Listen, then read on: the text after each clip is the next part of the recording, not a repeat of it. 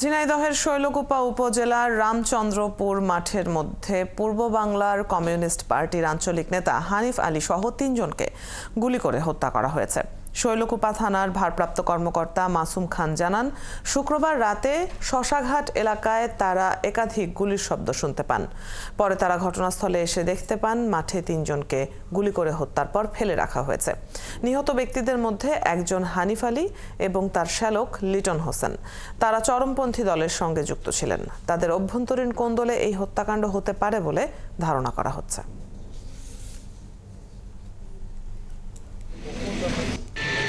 আমরা সংবাদের ভিত্তিতে এখানে এসেছি। 3টি ডেড বডি পাওয়া গেছে। একজন ডেড বডির ঠিকানা আইডেন্টিফাই করেছে, তার নাম হানিফ। আমরা তদন্ত সাপেক্ষে আমরা আইনগত ব্যবস্থা নিব। এ বিষয়ে সবশেষ খবর জানাতে আমাদের সাথে যুক্ত হচ্ছেন সহকর্মী রাজীব হাসান। রাজীব, আমরা খবরে যেমনটা জানছিলাম যে নিজেদের মধ্যে দলগত কোন্দল থেকে থাকতে পারে, তো নিহত ব্যক্তিদের নামে কোনো ধরনের মামলা কি আগে থেকে ছিল? আর জেলার অপরাধ দমনে প্রশাসন কতটা সক্রিয় ভূমিকা রাখছে, কেমন দেখছেন পরিস্থিতি?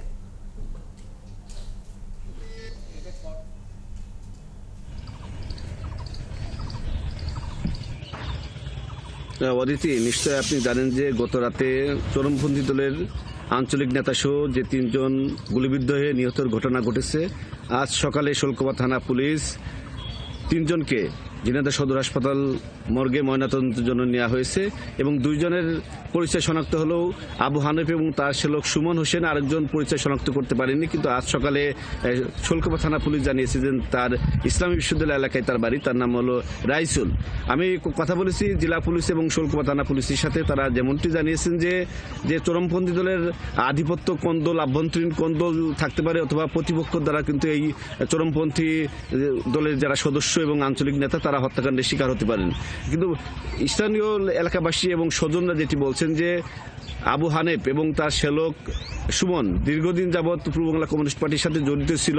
গত 10 বছর আগে মহামান্য রাষ্ট্রপতি সাধারণ ক্ষমা করে দেওয়ার পরে কিন্তু স্বাভাবিকভাবে জীবনযাপন করছিলেন।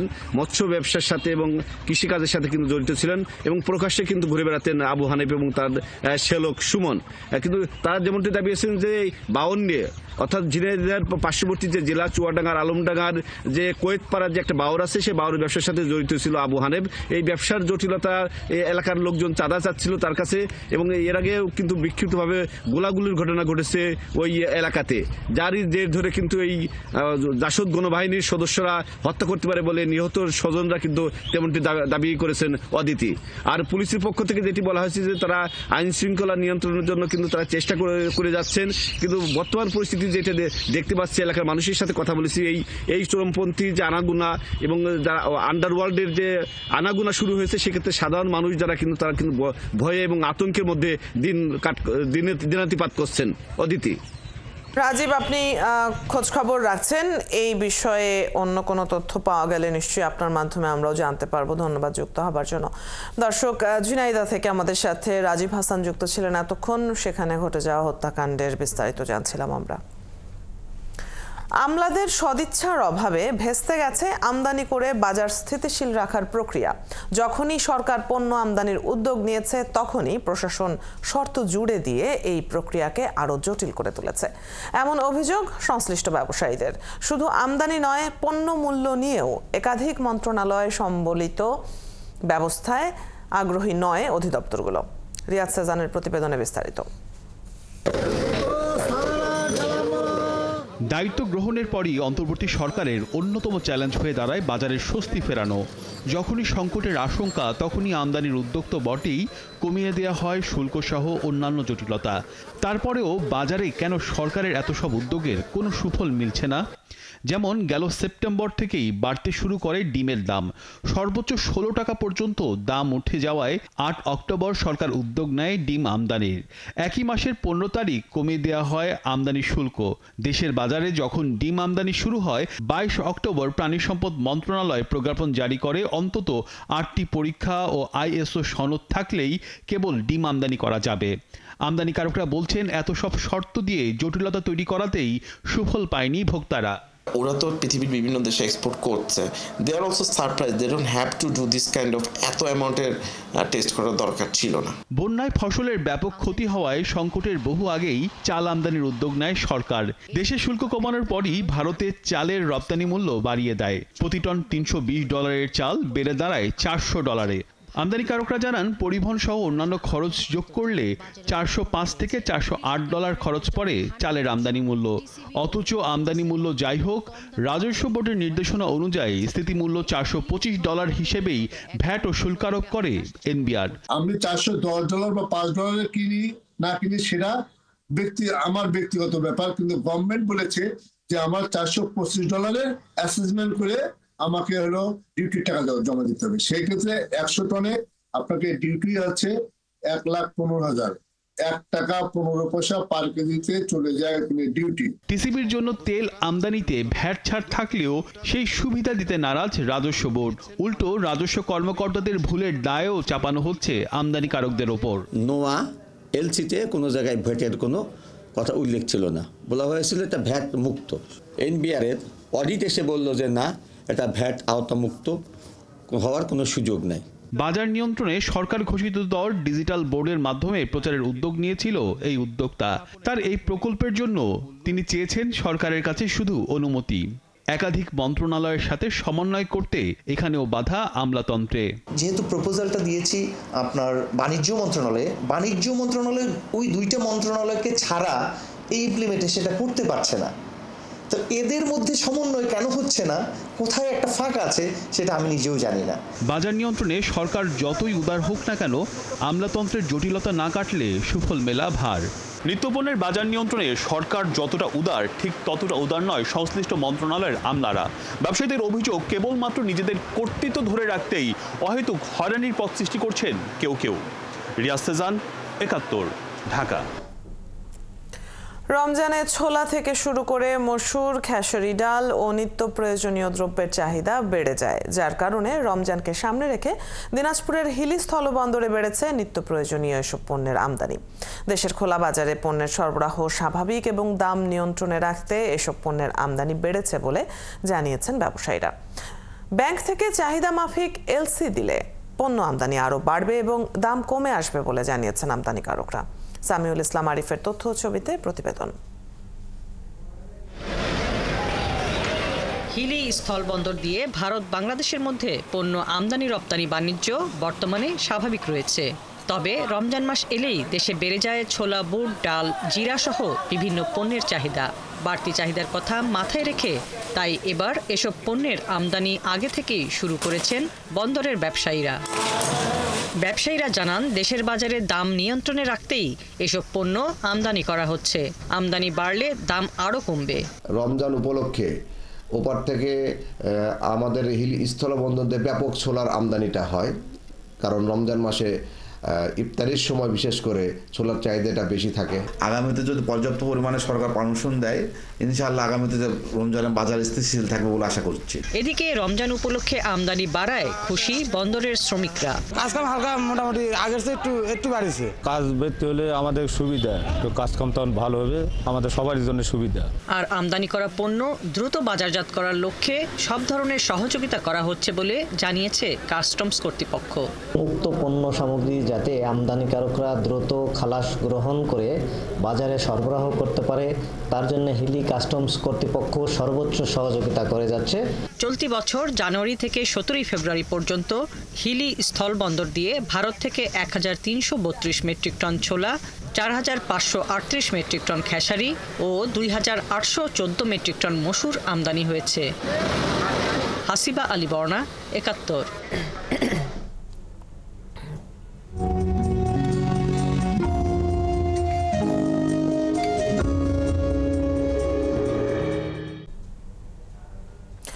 দর্শক, সাপ্তাহিক ছুটির দিনে বইমেলার শিশু প্রহরের খবর জানবো এবারে। আমাদের সাথে যুক্ত হচ্ছেন সহকর্মী সুমনা সুমি।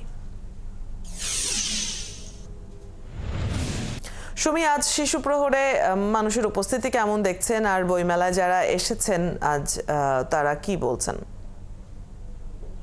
আপনাদের মধ্য থেকে কেউ যদি এ নেগেটিভ রক্তের অধিকারী হন এবং রক্তদানে ইচ্ছুক হন, আপনাকে বাংলা একাডেমি প্রাঙ্গণে অবস্থিত তথ্য কেন্দ্রে যোগাযোগ করা। অদিতি, আজকে মেলার 22তম দিন এবং আজকে শিশু প্রহর আছে। একটি অভূতপূর্ব দৃশ্য আমরা কিছু সময় আগে দেখতে পেয়েছি। মেলার দুয়ার উন্মোচন হওয়ার সাথে সাথে, দ্বার খোলার সাথে সাথে একটি জনস্রোত মেলায় প্রবেশ করেছে এবং আমরা দেখতে পেয়েছি যে প্রচুর মানুষ, কেউ কেউ তার সন্তানকে হাত ধরে নিয়ে এসেছে, শিশুরা বিশেষ করে, এবং কয়েকটি স্কুল আজকে এসেছে টিচারদের সাথে এবং তারা মেলায় ছড়িয়ে পড়েছে। আর চমৎকারভাবে যে বিষয়টি বলার আছে সেটি হলো, একজন ক্ষুদে লেখক আছে আমাদের সাথে, তার দুটি বই ইতোমধ্যে প্রকাশ পেয়েছে। আমরা একটু তার সাথে কথা বলবো। কি নাম? আমার নাম আহসানুল বাশার। বাশার, হাতে যে বইগুলো আছে সেই বইগুলো কবে লেখা? আমার ডান হাতে যে বইটি আছে, যেটি আমার প্রথম বই, এটা লেখা 2024 সালের বই মেলায়। এটা আমার প্রথম বই আপাতত, সেন্ট মার্টিনের ভ্রমণ কাহিনীর উপর। আর দ্বিতীয় বইটি? দ্বিতীয় বইটি আমার এই বই মেলায় প্রকাশিত। এটি আমি আমার ছোট ভাইকে নিয়ে লিখেছি। এই বই লিখতে ইচ্ছে হয়েছিল কেন? আমার ছোট ভাইয়ের প্রতি আমার অনেক মায়া, তাকে আমার খুবই পছন্দ হয়, তার জন্য তাকে উৎসর্গ করে আমার একটা বই লেখার ইচ্ছে হয়েছে, যে বইটা আমি লিখেছি এবং সেই বইটি প্রকাশিত হয়েছে। ধন্যবাদ আমাদের ক্ষুদে লেখক। আমরা দেখলাম যে আমাদের ক্ষুদে লেখক তিনি দুটি বই ইতোমধ্যে লিখেছেন এবং একটি ছোট ভাইকে নিয়ে আর একটি সেন্ট মার্টিন ভ্রমণ কাহিনী নিয়ে। এরকম সন্তান আমাদের আরো তৈরি হবে এই প্রত্যাশা আছে। যদি আমরা একটু স্টলগুলোতে দেখাই, আপনারা একটু দেখতে পাবেন যে সেখানেও কিন্তু এখন ভিড় শুরু হয়ে গেছে। স্টলগুলো একটু দেখবেন, আর সেখান থেকে দেখতে পাচ্ছেন যে প্রত্যেকটি স্টলে কিন্তু বেশ মানুষ আছে। এছাড়াও মেলায় এখনো মানুষ প্রবেশ করছে। একটু পরেই শিশু চত্বরের ভেতরে আজকেও ডাক্তার ইঞ্জিনিয়ার বন্ধুরা আসবে এবং আজকে ম্যাজিক শো আছে, শিশুরা এখানে ম্যাজিক শো উপভোগ করবে। আর আরও স্কুল আসবে, আমরা যতদূর জানতে পেরেছি কয়েকটি স্কুল আজকে আসবে মেলায় এবং তারা তাদের সন্তানদের নিয়ে, স্কুলের শিক্ষার্থীদের নিয়ে পুরো মেলা চত্বর ঘুরে দেখবে শিক্ষকদের সাথে। এবং আজকে কিন্তু শিশুরা বই কিনছে। এবার বইমেলার একটি চমৎকার বিষয়, আমরা শুনতে পাচ্ছি যে বই বিক্রি হচ্ছে না, তবে শিশুদের প্রচুর বই বিক্রি হচ্ছে। আমরা একটু গার্ডিয়ানের সাথে কথা বলবো।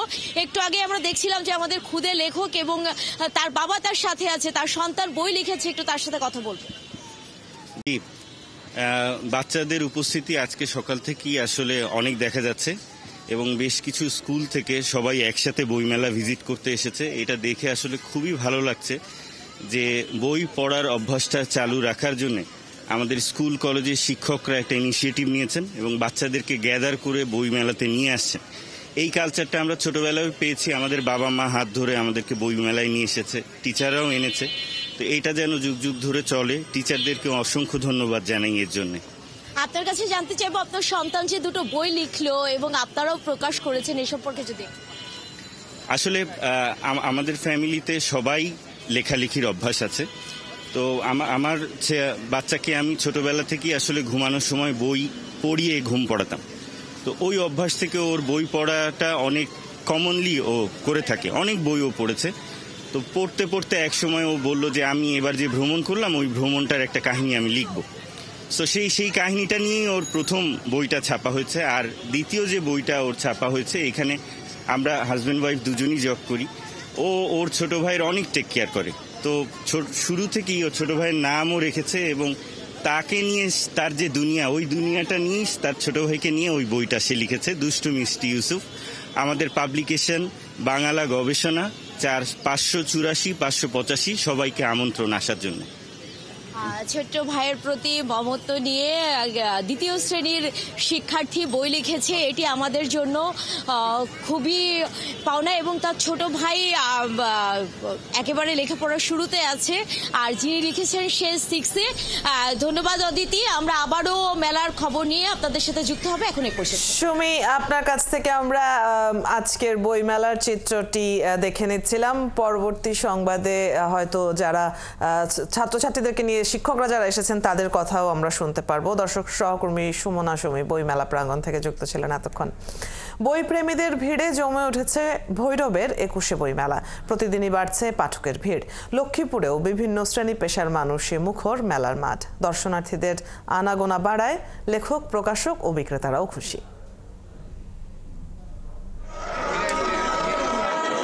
আগত দর্শনার্থীরা স্টলে ঘুরে ঘুরে বিভিন্ন বই দেখছেন। কেউ কেউ পছন্দের বই সংগ্রহ করছেন, কেউ কেউ আবার লেখকদের সাথে দিচ্ছেন আড্ডা। এই চিত্র ভৈরব শহরের রাজকাচারি প্রাঙ্গণের, যেখানে চলছে ভাষার মাস উপলক্ষে 5 দিনের বই মেলা। অনেক ভালো লাগতেছে এবং আমার পছন্দের অনেক বই আমি খুঁজে পাচ্ছি। জেলা ভিত্তিক যে বই মেলা, এরকম ঐতিহ্যবাহী বই মেলা এবং জমজমাট বই মেলা এর আগে আমি কখনো দেখি নাই। মেলায় প্রায় 18টি স্টল বসেছে। এছাড়া মেলায় রয়েছে একটি সাংস্কৃতিক মঞ্চ। মূলত 21এর চেতনাকে ধারণ করা এবং মুদ্রিত বইয়ের প্রতি ভালোবাসা জাগাতেই আমরা ভৈরবে 21শে বইমেলার আয়োজন করে আসছি। আশা করব যে ভৈরব বইমেলা পরিষদ প্রতি বছর অতীতের নেই এই আয়োজনটা অব্যাহত রাখবে। লক্ষ্মীপুরে 4 বছর পর আয়োজন করা হয়েছে বইমেলার। কালেক্টর ভবনের সামনে সকাল থেকে সন্ধ্যা পর্যন্ত ভিড় করছেন শিশু থেকে বৃদ্ধরা। তবে তরুণদের উপস্থিতি বেশ চোখে পড়ার মতো। এবার কোনো বাজে দোকান নেই, হোটেল খাবারের দোকান নেই, আপনার বারোয়ারি দোকান নেই এবং কোনো রকমের হকার নেই। সকাল স্টকে ঘুরে দেখার পর আমার পছন্দের বইটা আমি পেয়ে গেছি। আমাটি বেপু, যা লিখছে বিভূতিভূষণ বন্দ্যোপাধ্যায়। নেটে ঘাটাঘাটি করেও এত ভালো ভালো বই পেতাম না, এখন যেগুলো পাচ্ছি আমরা। আজকের এই বইমেলাটা অনেক সুন্দর হয়েছে। আমরা প্রতি বছর এই ধরনের বইমেলা পেতে চাই। মানুষ এখন সঠিক সংস্কৃতি এবং সত্য জানার প্রতি মানুষের অনেক বেশি আগ্রহ। তারই ধারাবাহিকতায় আমাদের স্টলের বইগুলো। প্রকাশক ও লেখকরা জানান, নতুন প্রজন্মকে বইমেলা সম্পর্কে আগ্রহী করে তুলতেই এই আয়োজন। এই যে বইমেলার যে উদযাপন হচ্ছে, বইমেলার আয়োজন নয়, উদযাপন হচ্ছে, বলা যায় যে বইয়ের উদযাপন হচ্ছে। সেই বইয়ের উদযাপনের উৎসবটা, আনন্দময়তাটা যাতে জনে জনে ছড়িয়ে পড়ে। আমাদের অমর 21শে বইমেলায় যেসব সৃজনশীল এবং মননশীল বই পাওয়া যায় তার ছবি এখানে পাওয়া যাবে এবং এই বইমেলাকে প্রাণবন্ত করার জন্য আমাদের শিক্ষক, শিক্ষার্থী এবং পাঠকদেরকে সম্পৃক্ত করার জন্য আমরা বিভিন্ন উদ্যোগ রেখেছি। লক্ষ্মীপুরের এই মেলা চলবে 26 ফেব্রুয়ারি পর্যন্ত। আব্দুল্লাল মামুন, 71। শহীদ দিবস ও আন্তর্জাতিক মাতৃভাষা দিবস উপলক্ষে নাটোরে 7 দিনের অমর 21শে বইমেলার শুভ উদ্বোধন হয়েছে। শুক্রবার বিকেলে কানাইখালী নাটোর সদর থানার পাশে জেলা প্রশাসনের আয়োজনে মেলার উদ্বোধন হয়। এ সময় উপস্থিত ছিলেন জেলা প্রশাসক আসমা শাহিন, নাটোরের পুলিশ সুপার আমজাদ হোসাইন সহ সরকারি কর্মকর্তারা। এবার মেলায় 36টি স্টল বসেছে। প্রতিদিন বিকেল 3:30 থেকে রাত 8টা পর্যন্ত চলবে এই মেলা।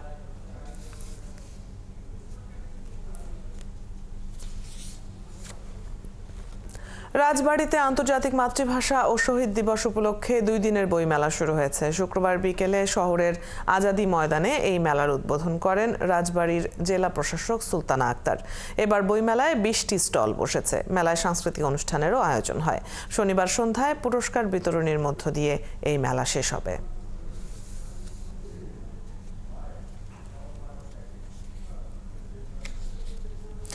উত্তরাঞ্চলের বিলুপ্ত প্রায় আলকাপ গানের সংগ্রহের উদ্যোগ নেওয়া হয়েছে। গান সংরক্ষণের পাশাপাশি আলকাপের দলগুলোকেও টিকিয়ে রাখতে কাজ শুরু করেছে একটি বেসরকারি সংগঠন। সংশ্লিষ্টরা বলছেন, ঠিকমতো দেখভাল করা গেলে হারানো এই ঐতিহ্যকে টিকিয়ে রাখার পাশাপাশি বিশ্ব দরবারেও তুলে ধরা সম্ভব। মেহেদি হাসানের তোলা ছবিতে রাশিদুল হকের প্রতিবেদন। বাদ্যের তালে তালে কখনো একক, আবার কখনো দলীয় পরিবেশনার মধ্য দিয়ে সমাজের বিভিন্ন অসঙ্গতি ও মুক্তির পথ গানে গানে তুলে ধরছেন আলকাপের পাত্রপাত্রীরা।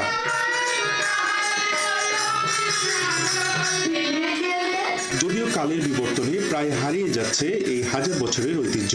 আমরা পুরাতন লোকগান হিসাবে আমরা আঞ্চলিক আমাদের এলাকায়, নিজের নিজ এলাকায় আমরা করে থাকি। এতে কোনো রকমভাবে আমাদের টুকটাক করে জীবন ধারণ হয়।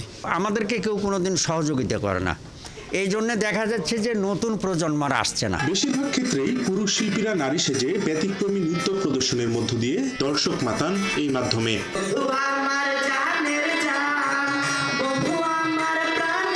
সেক্ষেত্রে মাঝে মাঝে এই পরিবেশনায় অশ্লীলতার অভিযোগ ওঠে। তবে প্রতিটি শিল্পেরই নিজস্ব ভাষা রয়েছে, যা কোনোভাবেই প্রচলিত শিল অশ্লীলতার মাপকাঠিতে বিচার করা যাবে না। জনমতামত, জনগণের মতামত, এই জায়গাটা নষ্ট হয়ে গেছে।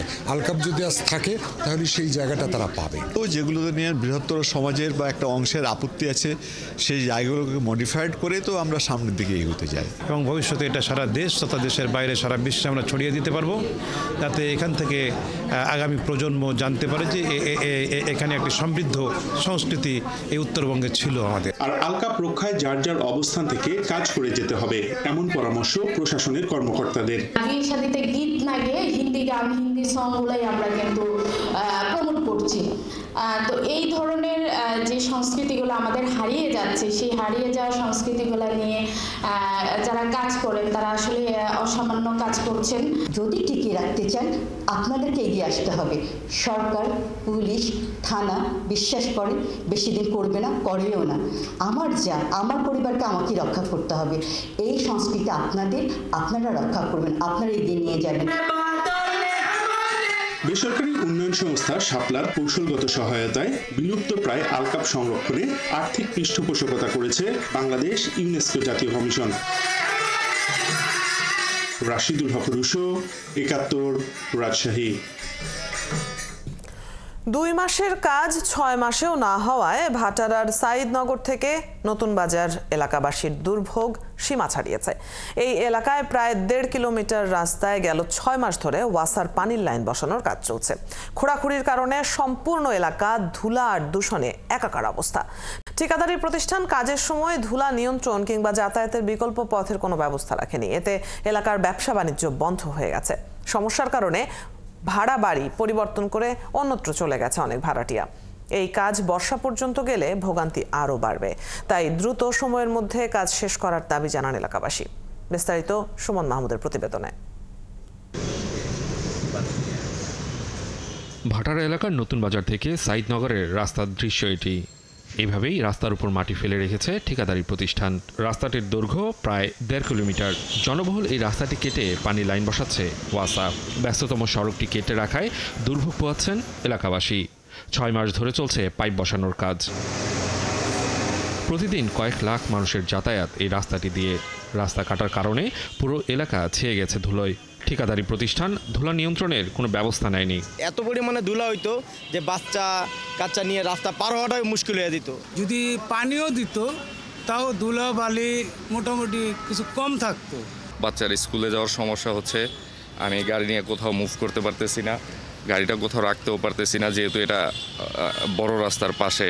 অন্য কোথাও রাখতেও পারতেছি না। প্লাস আমার এখানে কিছু বড় বড় প্রতিষ্ঠান আছে, ওনাদের কোনো মালামাল আসতে পারে না। এই পুরো রাস্তা একদম 10 তলা পর্যন্ত, সাইদনগর পর্যন্ত পুরো জ্যাম থাকে। তো যেই রাস্তা 5 মিনিটে যাওয়ার কথা, সেই রাস্তা লাগতেছে 50 মিনিট। রাস্তার 2 পাশে ছিল হাজারো দোকানপাট। গেল 6 মাসে তার অর্ধেকই প্রায় বন্ধ হয়ে গেছে। যারা এখনো দোকান চালাচ্ছেন তাদের প্রতিনিয়ত লোকসান গুনতে হচ্ছে। রাস্তা 2 পাশে বেড়া দিয়া তারা কাজ কাম করছে, কোনো পানি নাই, কোনো কিছু নাই। ঠিক আছে, মানুষের কষ্টের শেষ নাই। দৈনিক যেখানে 20 থেকে 25,000 টাকা বেচাকিনি করতাম, সেইখানে আমাদের এভারেজ বেচাকিনি হয় 2-3 হাজার টাকা। ঈদের আগে রাস্তা চলাচল উপযুক্ত করতে পারলে ব্যবসায় কিছুটা লাভ করা যেত বলে জানান ক্ষতিগ্রস্ত দোকান ব্যবসায়ীরা। এভাবে যদি চলতে থাকে তাহলে এখানে যে ব্যবসায়ী যারা আছে তারা সবাই পথে বসে যাবে। কাজটা আমাদেরকে করে দিন যেন আমরা এই লসটা কোনো রকম ঠেকাইতে পারি। দূষণ আর যাতায়াতের সমস্যার কারণে অন্যত্র চলে যাওয়া আর নতুন করে কেউ ভাড়া না নেয় অর্থ কষ্টে আছেন বাড়িওয়ালারাও। ঠিকাদারি প্রতিষ্ঠান 2 মাসের কথা বললেও 6 মাসে কাজের অগ্রগতি আশানুরূপ নয়। বাসার ফ্ল্যাটগুলো খালি হয়েছে, এখনো ভাড়া হচ্ছে না। প্রায় 3 মাস 4 মাস হয়ে গেছে। শুধুমাত্র মানুষ কিভাবে গাড়ি নিয়ে আসবে, মাছ আমরা তো গাড়িতে আনতে হবে, সেজন্য বাসা ভাড়া হচ্ছে না। আমাদের 2 মাস সময় লাগবে, আমরা আপনাদের এই কাজটা কমপ্লিট করে দেবো। এখন 2 মাসের পরিবর্তে দেখতেছি যে প্রায় অলরেডি 8 মাস চলতেছে, এখনো রাস্তার আমার মনে হয় 50% কাজও শেষ হয় না। উন্নয়নে সেবা বৃদ্ধি পাওয়ার কথা থাকলেও উল্টো বেড়েছে দুর্ভোগ। অধিকার বঞ্চিত হচ্ছেন সাধারণ মানুষ। নতুন বাজার 100 ফিটে ওয়াসা পানির পাইপ বসাতে গিয়ে উন্মুক্তভাবে এইভাবে মাটি খুঁড়ে ফেলে রেখেছে। ফলে এখান থেকে ধুলোবালি এলাকার পরিবেশ মারাত্মকভাবে দূষিত করছে। তাছাড়া এলাকাবাসী অভিযোগ করেছেন, আগামী বর্ষার আগে যদি এই কাজ শেষ না হয় তাহলে এলাকার বাসীর দুর্ভোগ আরও কয়েক গুণ বেড়ে যাবে। সুমন মাহমুদ, ৭১, ঢাকা। ভারতে নির্বাচনে ভোটার উপস্থিতি বাড়াতে যুক্তরাষ্ট্র $21 মিলিয়ন ব্যয় করেছে বলে দেশটির প্রেসিডেন্ট ডোনাল্ড ট্রাম্পের দেয়া এক বক্তব্য ঘিরে ভারতের রাজনীতিতে উত্তাপ দেখা দিয়েছে। যুক্তরাষ্ট্রের বৈদেশিক সহায়তা সংস্থা USAIDর কার্যক্রম স্থগিতের পর ভারত সহ বিভিন্ন দেশে নানা কর্মসূচিতে সংস্থাটির অর্থায়ন বাতিলের কথা গত সপ্তাহে জানায় ইলন মাস্কের নেতৃত্বাধীন যুক্তরাষ্ট্রের সরকারি দক্ষতা বিষয়ক বিভাগ DOGE। এরপর ভারতে অর্থ ব্যয় নিয়ে ওই বক্তব্য দেন প্রেসিডেন্ট ডোনাল্ড ট্রাম্প। যুক্তরাষ্ট্রের ওই অর্থায়নকে বাইরের হস্তক্ষেপ বলছে বিজেপি। এজন্য দেশটির প্রধান বিরোধী দল কংগ্রেসের বিরুদ্ধে অভিযোগ তুলে বিজেপি বলেছে তারা এই হস্তক্ষেপ চেয়েছিল, তবে কংগ্রেস এই অভিযোগ অস্বীকার করেছে। তারা ট্রাম্পের বক্তব্যকে অর্থহীন বলছে। অবশ্য ট্রাম্পের বক্তব্যের পক্ষে এখন পর্যন্ত কোনো প্রমাণ দেয়নি যুক্তরাষ্ট্র। আরও 6 জন ইসরায়েলি বন্দীকে মুক্তি দেওয়ার ঘোষণা করেছে হামাস। শুক্রবার সংবাদ মাধ্যম আল জাজিরার এক প্রতিবেদনে এই তথ্য জানানো হয়েছে। তাদের নামও ঘোষণা করেছে হামাস। হামাসের ঘোষণা করা বন্দীরা হলেন Eliya Cohen, Omer Shem Tov, Omer Wenkert, Tal Shoham, Avera Mengistu, Hisham al Sayed. Palestinian prisoners media office Asra জানিয়েছে এর বিপরীতে ইসরায়েল 602 জন বন্দীকে মুক্তি দেবে বলে আশা করা হচ্ছে। এদের মধ্যে 50 জন যাবজ্জীবন কারাদণ্ডে দণ্ডিত। এদিকে ইসরায়েল হামাস শান্তি প্রক্রিয়ার প্রথম ধাপ চলাকালে পশ্চিম তীরে ফিলিস্তিনিদের আটক থেমে নেই। শুক্রবার ইসরায়েলি বাহিনীর তরফ থেকে জানানো হয়েছে গেল সপ্তাহে 90 জনের মতো ফিলিস্তিনিকে পশ্চিম তীর থেকে আটক করা হয়েছে। এ সময় 15টির বেশি আগ্নেয়াস্ত্র জব্দ করা হয়। দলের সিনিয়ররা যখন ব্যর্থ তখন ক্যারিয়ারে 6 নম্বর ওয়ানডে খেলতে নামা জাকের দিলেন ধৈর্যের পরীক্ষা। বাঘা বাঘা বোলারদের সামলে নিলেন এই টাইগার মিডল অর্ডার ব্যাটার। পরিসংখ্যানে দেখা যায় প্রয়োজন বুঝে বারবারই জাকের বদলেছেন তার ব্যাটিং স্টান্স। বিশ্লেষকদের মতে জাকের হতে চলেছেন মিডল অর্ডারে টাইগারদের মুশকিল হাসান। কোহিনুর কানার রিপোর্ট। পৃথিবীর চিরায়ত এক নিয়ম, পরাজিত মানুষকে মনে রাখার কিংবা তার শ্রেষ্ঠত্ব নিয়ে মেতে ওঠার ভার নেয় না কেউ। ভারতের কাছে বাংলাদেশের টপ অর্ডারের অমন ভয়াবহ পারফরমেন্স, এরপর আর যাই ঘটে তার নাম দেয়া হয় ডিজাস্টার ম্যানেজমেন্ট। তাই তো হৃদয় আর জাকের আলী অনিকের এমন ঘুরে দাঁড়ানোর দিনটাও হয়ে যায় আর 5টা ব্যর্থ চেষ্টার মতো। তবে দুবাইতে ম্যাচ হারলেও হৃদয়কে সঙ্গ দেয়া জাকের নজর টেনেছেন। সবাই যখন ব্যর্থ প্রতিকূল পরিস্থিতিতে তখন ইস্পাত কঠিন মনোবল নিয়ে ঠায় দাঁড়িয়ে ক্যারিয়ারে মোটে 6 নম্বর ওডিআই ম্যাচ খেলতে নামা এই ব্যাটার। প্রথমবার চ্যাম্পিয়ন্স ট্রফি খেলতে আসা জাকের 114 বলে খেলেন 68 রানের ইনিংস। প্রথম বলেই ভাগ্যের জোরে প্রাণ পাওয়া জাকের বাকি সময়টায় দেখিয়েছেন ব্যাটিং স্টান্স। কখনো রুম তৈরি করে মেরেছেন, কখনো বা ট্রিগার শিফট করে বল ফেস করেছেন। দর্শকের মুহূর্তে প্রধান উপদেষ্টার প্রেস সচিবের একটি ব্রিফিং চলছে, আমরা সরাসরি চলে যাচ্ছি সেখানে। কোর্টের যে উনি বক্তব্য সেটা ছাপার কারণেই যাদেরকে যে সময় লোকজনকে অ্যারেস্ট করা হয়েছে, বিএনপির অ্যাক্টিভিস্টদেরকে অ্যারেস্ট করা হয়েছে, উনি খালেদা জিয়ার জীবনী সেই সময় লিখেছেন, ইংলিশে লিখেছেন, এবং উনি সেই সময় যে প্রেডিকশন করেছেন যে উনি আরো স্ট্রঙ্গার হয়ে ফিরে আসবেন হয়েছে। মাহফুজুল্লাহ ভাইয়ের সেটা দেখে যেতে পারেন নাই, বাট সেটা কিন্তু হয়েছে, বিকজ ওনার ওই দূরদর্শিতা সেটা ছিল। আমাদের বাংলাদেশের আমরা ফলস হিরোকে ওয়ার্শিপ করি, আমাদের জার্নালিস্টদের মধ্যেও আমরা ফলস হিরো খুঁজি যে ইনি ওনার উপরে সমস্ত ফুল দিয়ে বর্ষণ করি।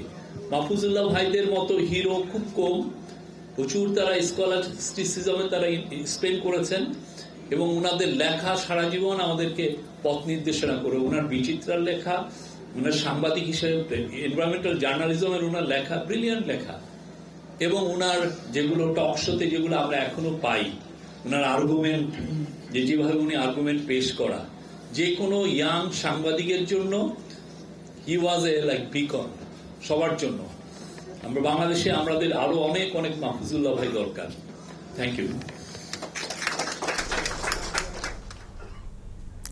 দর্শক, প্রধান উপদেষ্টার প্রেস সচিবের বক্তব্য এতক্ষণ সরাসরি শুনছিলাম আমরা। চলছে সংবাদ সংযোগ। সরাসরি সংবাদ অনুষ্ঠান দেখতে চোখ রাখুন 71-এর ফেসবুক পেজে এবং সাবস্ক্রাইব করুন 71-এর ইউটিউব চ্যানেল। থাকুন 71-এর সাথে।